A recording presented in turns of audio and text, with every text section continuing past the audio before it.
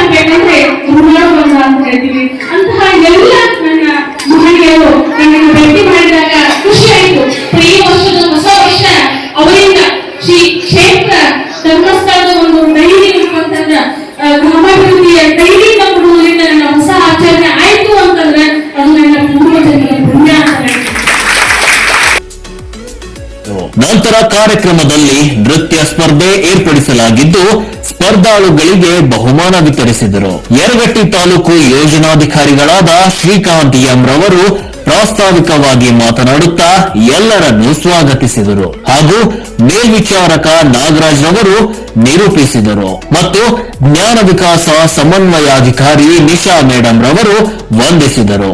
ಈ ಕಾರ್ಯಕ್ರಮದಲ್ಲಿ ಯೋಜನೆಯ ಕಾರ್ಯಕರ್ತರು, ಒಕ್ಕೂಟದ ಪದಾಧಿಕಾರಿಗಳು, ಸರ್ವ ಸದಸ್ಯರು ಉಪಸ್ಥಿತರಿದ್ದರು. ನಿರಂತರ ಸುದ್ದಿಗಳಿಗಾಗಿ ನೋಡ್ತಾ ಇರಿ VK5 ನ್ಯೂಸ್. ಇದು ವಿಶಾಲ ಕರ್ನಾಟಕ ಸುದ್ದಿ.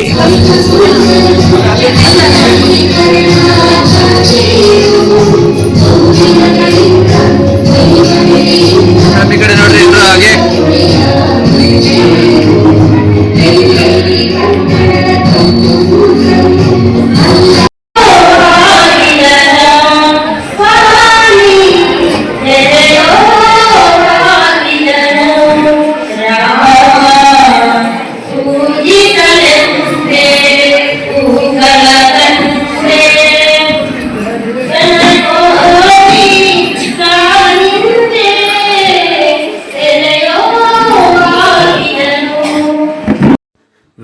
ಸುದ್ದಿಗಳನ್ನು ವೀಕ್ಷಿಸಲು ನಮ್ಮ ಚಾನಲ್ ಅನ್ನು ಸಬ್ಸ್ಕ್ರೈಬ್ ಮಾಡಿ. ಹೆಚ್ಚಿನ ನೋಟಿಫಿಕೇಶನ್ಗಾಗಿ